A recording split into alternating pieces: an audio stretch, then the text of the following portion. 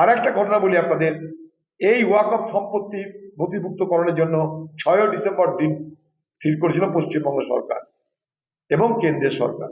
আমরা তার বিরোধিতা করে পশ্চিমবঙ্গে আন্দোলন করেছিলাম। আমরা বলেছিলাম দিন আরো বাড়াও, যতক্ষণ পর্যন্ত না সব ওয়াকফ সম্পত্তি নথিভুক্ত হচ্ছে। দিন বাড়ানো হলো 3 মাস।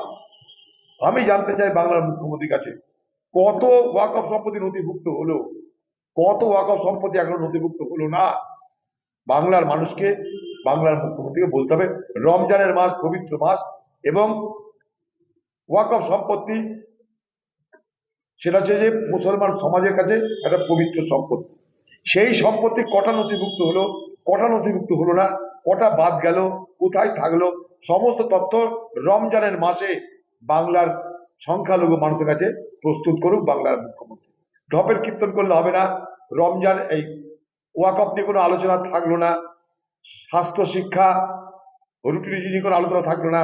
এসআইআর আর এসআইআর নয়, এসআইআর হ্যাঁ এসআইআর না, এই গল্প চলছে। আমাদের কি হবে? তুমি তো নাম টাম লিখে নিয়েছো ভাই, বুদ্ধিমান করে।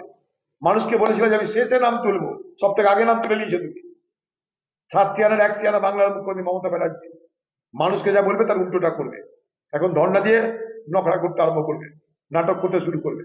আবার দেখবে একদিন তো খাবেও না কায়দা করে। এসব নাটক শুরু হয়ে গেছে বাংলায়। যুক্তরাষ্ট্রীয় কাঠামোয় রাজ্য